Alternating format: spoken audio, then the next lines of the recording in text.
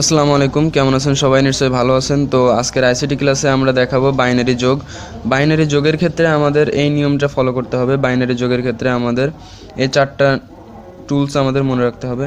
0+0 যোগ করলে হয় 0, 0+1 যোগ করলে হয় 1, 1+0 যোগ করলে হয় 1, আর 1+1 যোগ করলে হয় 0 এবং হাতে থাকে 1। তো এই চারটা নিয়ম আমাদের ফলো করতে হবে। ফলো করলে আমরা বাইনারি যোগ খুব সহজেই আমরা করতে পারবো। তো বাইনারি যোগের ক্ষেত্রে আমাদের দুইটা পদ্ধতি পড়ে, যেমন পয়েন্ট সংখ্যার ক্ষেত্রে একটা পদ্ধতি পড়ে, আর হচ্ছে আপনার সিম্পল সংখ্যার ক্ষেত্রে একটা পদ্ধতি পড়ে। তো আমরা এই দুইটা নিয়মই দেখব কিভাবে করতে হয়। আর আপনাদের প্রথমে এই নিয়মটা মনে রাখতে হবে, এই চারটা নিয়ম আমাদের মনে রাখতে হবে। বাইনারি যোগের ক্ষেত্রে চারটা নিয়ম মনে না রাখতে পারলে আমাদের বাইনারি যোগ করা সম্ভব নয়। তো আমরা সিম্পল সংখ্যার ক্ষেত্রে একটা উদাহরণ দেখে আসি। তো আমরা উদাহরণ ওয়ানে দেখি। উদাহরণ ওয়ানে একটা সিম্পল সংখ্যা, এখানে কোনো পয়েন্ট সংখ্যা নাই। তো আমরা এটার যোগ করব কিভাবে? এটা যোগ করার জন্য আমাদের এই নিয়মগুলো দেখতে হবে। তো আমরা দেখি প্রথমে যে আমরা 0 এবং 1, এই 0 আর 1 যোগ করলে কত হয়? 0 আর 1 যোগ করলে হয় হচ্ছে 1। সেই 1টা আমরা এখানে বসালাম, হাতে কিছু থাকে না। পরের সংখ্যা আছে 1 আর 0, 1 আর 0 যোগ করলে হয় হচ্ছে 1, হাতে কিছু থাকে না। আর 1 আর 1 যোগ করলে হয় হচ্ছে 0, হাতে থাকে 1। তো 1 আর 1 যোগ করলে হয় হচ্ছে 0 এবং হাতে থাকে 1। সেই 1টাকে আমরা এখানে লিখলাম, ছোট করে লিখে দিলাম। 0 আর 0 যোগ করলে হয় হচ্ছে 0, আর সেই 0 এবং এই হাতের 1টা যোগ করলে হয় কত আমাদের? 1। তো আমরা এখানে 1 বসালাম, হাতে কিছু থাকে না। 0 আর 1 যোগ করলে হয় হচ্ছে কত? 1। 1 আর 0 যোগ করলে হয় 1 এবং এই 1 আর এই 1 যোগ করলে হয় হচ্ছে 0, আর হাতে থাকে 1। তো এই হাতের 1টা এখানে যোগ করার কিছু নাই, সেজন্য আমরা এখানে বসাই দিলাম। তো এটাই হচ্ছে সিম্পল সংখ্যার ক্ষেত্রে যোগ। এখন সিম্পল সংখ্যার ক্ষেত্রে এটা তো দুইটা সারির ক্ষেত্রে, কিন্তু আমরা যখন তিনটা সারি করব তখন আমরা কিভাবে করব সেটা এখন দেখাবো। হ্যাঁ, এখন আমরা তিনটা সারি পেয়েছি। তিনটা সারির ক্ষেত্রে আমরা কিভাবে করব? তিনটা সারির ক্ষেত্রেও একই নিয়ম, শুধু আমাদের একটু টেকনিকটা একটু ফলো করতে হবে, ব্রেনটা কাজে লাগাতে হবে। তো আমাদের প্রথমে দেখতে হবে 1 0 যোগ করলে হয় কত? 1 0 যোগ করলে হয় 1, আর এই 1 আর এই 1, 1 আর 1 যোগ করলে হয় হচ্ছে 0। তো আমরা 0 বসালাম এবং হাতে থাকে 1। সেই হাতের 1টাকে আমরা এখানে ছোট করে লিখলাম। 0 আর 1 যোগ করলে হয় হচ্ছে কত? 1, আর সেই 1 আর এই 1 যোগ করলে হয় হচ্ছে কত?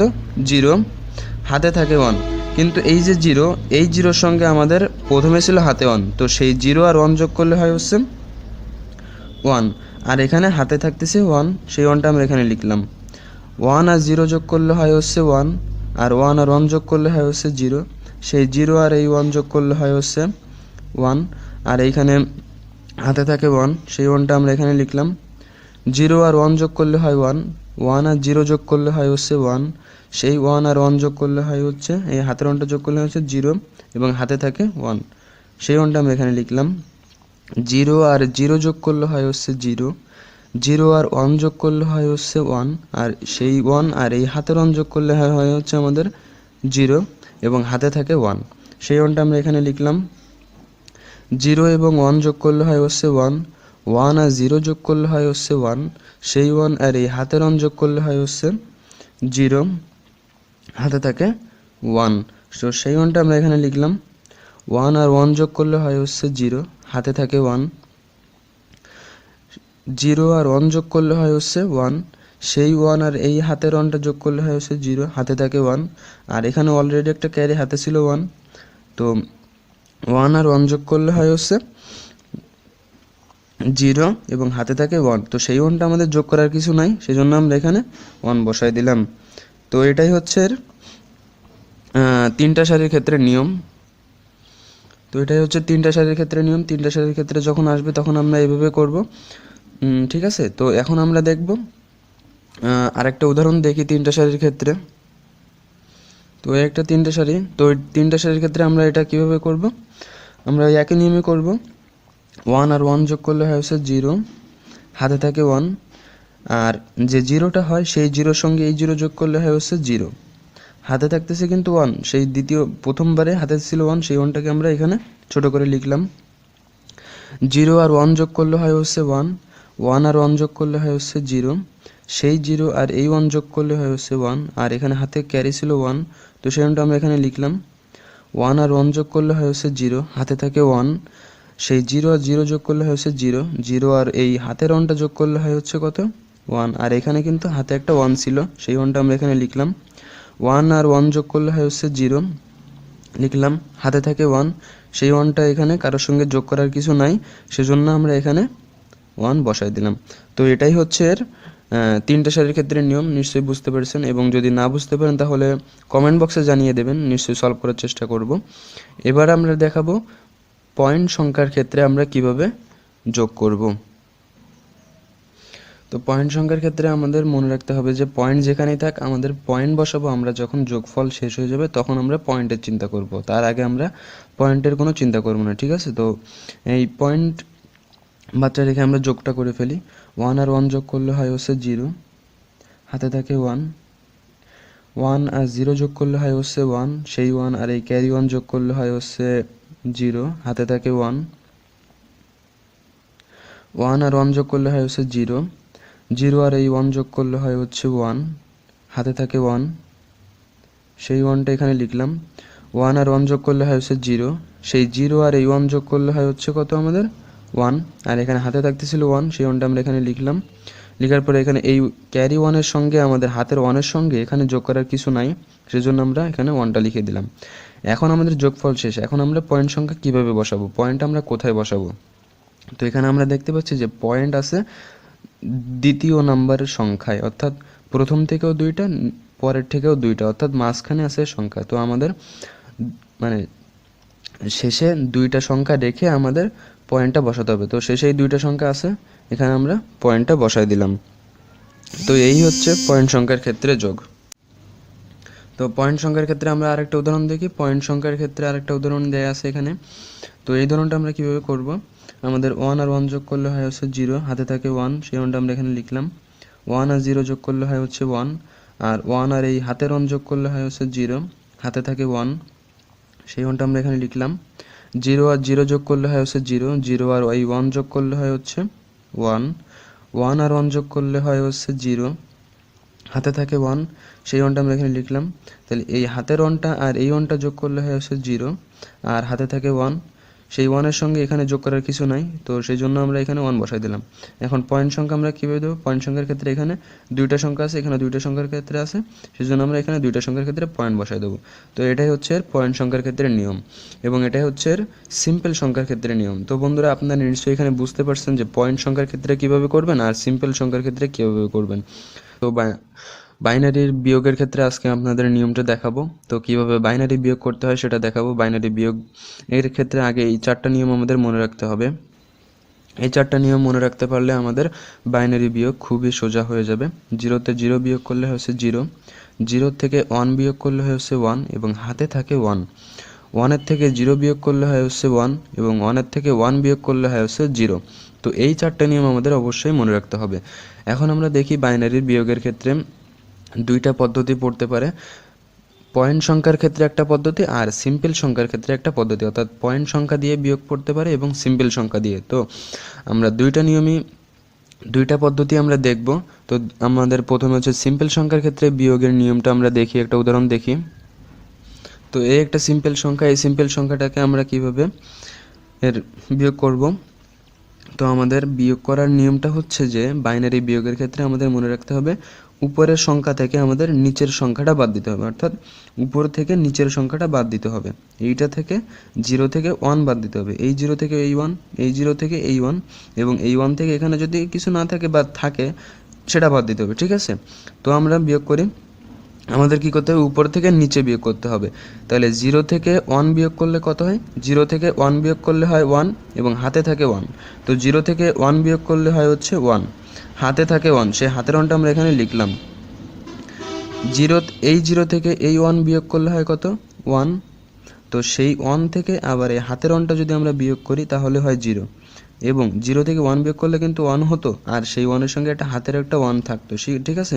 তো সেই 1টাকে আমরা এখানে লিখলাম। একটু ভালো করে বুঝে নেবেন, না বুঝতে পারলে 2-3 বার দেখবেন। হাতে থাকে 1, তো এই 0 থেকে এই 1 বিয়োগ করলে হয় হচ্ছে আবারও 1, তো সেই 1 থেকে এই হাতের 1টা বিয়োগ করলে হয় কত আমাদের 0 এবং হাতে থাকে 1, ঠিক আছে। তো প্রথমবার বিয়োগ করলে 1 হতো এবং সেই হাতে হাতে থাকতো একটা 1, ঠিক আছে। তো সেই 1টাকে আমরা এখানে লিখলাম। এই 1 থেকে এই 1 বিয়োগ করলে হয় হচ্ছে মানে এই উপর থেকে এই 1 বিয়োগ করলে হয় হচ্ছে 0, হাতে কিছু থাকে না। তো আমরা সবশেষে এই 3টা 0 না লিখে আমরা শুধুমাত্র 1 লিখলেও হবে, এটা আমাদের অ্যান্সার হবে, ঠিক আছে। তো এই 3টা 0 আমরা কেটে দিলেও কোনো অসুবিধা নেই। এটাই হচ্ছে বাইনারি বিয়োগের নিয়ম। তো আমরা আরেকটা উদাহরণ দেখি। তো আমরা দ্বিতীয় উদাহরণটা দেখি। দ্বিতীয় উদাহরণে এই 1 থেকে এই 0 বিয়োগ করলে হয় কত, 1 থেকে 0 বিয়োগ করলে হয় হচ্ছে 1, হাতে কিছুই থাকে না। 0 থেকে 1 বিয়োগ করলে হয় হচ্ছে 1, হাতে থাকে 1, তো সেই হাতের 1টা আমরা এখানে লিখলাম। 0 থেকে 1 বিয়োগ করলে হয় 1, সেই 1 থেকে আমাদের এই হাতের 1 বিয়োগ করলে হয় হচ্ছে 0 এবং প্রথমবার যেটা বিয়োগ করছিলাম সেটাই একটা 1 থাকতো হাতে, সেই 1টাকে আমরা এখানে লিখলাম। ও এই 1 থেকে এই 1 বিয়োগ করলে হয় হচ্ছে 0, তো এখানে আমরা 0 নাও লিখতে পারি, অর্থাৎ শুধুমাত্র এই দুটা 1। তো বাইনারি বিয়োগ এরকমই খুবই সোজা, শুধুমাত্র আপনাদের ক্যাটাগরিতে একটু বুঝতে হবে, ঠিক আছে। তো আমরা এবার পয়েন্ট সংখ্যার ক্ষেত্রে কিভাবে করব সেটা আমরা দেখি। তো পয়েন্ট সংখ্যার ক্ষেত্রে এই উদাহরণটা দেওয়া আছে। পয়েন্ট সংখ্যার ক্ষেত্রে আমরা দেখি। পয়েন্ট সংখ্যার ক্ষেত্রে এই 1 থেকে এই 1 বিয়োগ করলে হয় কত আমাদের 0, হাতে কিছু থাকে না। 0 থেকে 1 বিয়োগ করলে হয় হচ্ছে 1 এবং হাতে থাকে 1। আমরা এখন পয়েন্ট নিয়ে কোনো চিন্তা করব না যতক্ষণ না আমাদের ফলাফলটা চলে আসবে। ফলাফল চলে আসার পরে আমরা পয়েন্ট নিয়ে চিন্তা ভাবনা করব, ঠিক আছে। তো 0 থেকে 1 বিয়োগ করলে হয় হচ্ছে 1 এবং হাতে থাকে 1, সেই 1টা আমরা এখানে লিখলাম। 1 থেকে 0 বিয়োগ করলে হয় হচ্ছে 1, আর সেই 1 থেকে এই হাতের 1টা যদি আমরা বিয়োগ করি তাহলে হয় হচ্ছে 0, হাতে কিছু থাকে না। 1 থেকে 1 বিয়োগ করলে হয় হচ্ছে 0, হাতে কিছু থাকে না। আর এখানে 0 আছে, এখানে 1 আছে, কারণ এখানে আমরা বসে দিলাম কেন, কারণ এখানে কোনো সংখ্যা নাই, ঠিক আছে। তো এবার আমাদের যোগফল শেষ। আমরা যোগফল শেষে হওয়ার পরে এখানে আমরা পয়েন্ট কিভাবে বসাবো সেটা আমরা দেখব। তো পয়েন্ট আছে, এখানে আছে 2টা সংখ্যা শেষে আছে, এখানেও 2টা সংখ্যা শেষে আছে। তো আমরা ভাগফলে এই 2টা সংখ্যার আগে একটা দশমিক বসায় দেব। এটাই হচ্ছে পয়েন্ট সংখ্যার ক্ষেত্রে নিয়ম। তো পয়েন্ট সংখ্যার ক্ষেত্রে আমরা আরেকটা উদাহরণ দেখি। তো এই পয়েন্ট সংখ্যার দ্বিতীয় উদাহরণটা আমরা দেখি। দ্বিতীয় উদাহরণটা কি আছে, 1 থেকে 1 বিয়োগ করলে হচ্ছে 0, হাতে কিছু থাকে না। 1 থেকে 1 বিয়োগ করলে হচ্ছে 0, হাতে কিছু থাকে না। 0 থেকে 1 বিয়োগ করলে হয় হচ্ছে 1, হাতে থাকে 1, সেই 1টা আমরা এখানে লিখলাম ছোট করে। 1 থেকে 0 বিয়োগ করলে হয় হচ্ছে কত, এইখানেও আছে 1, তো সেই 1 থেকে এই হাতের 1টা বিয়োগ করলে আমাদের হয় কত 0, হাতে কিছু থাকে না।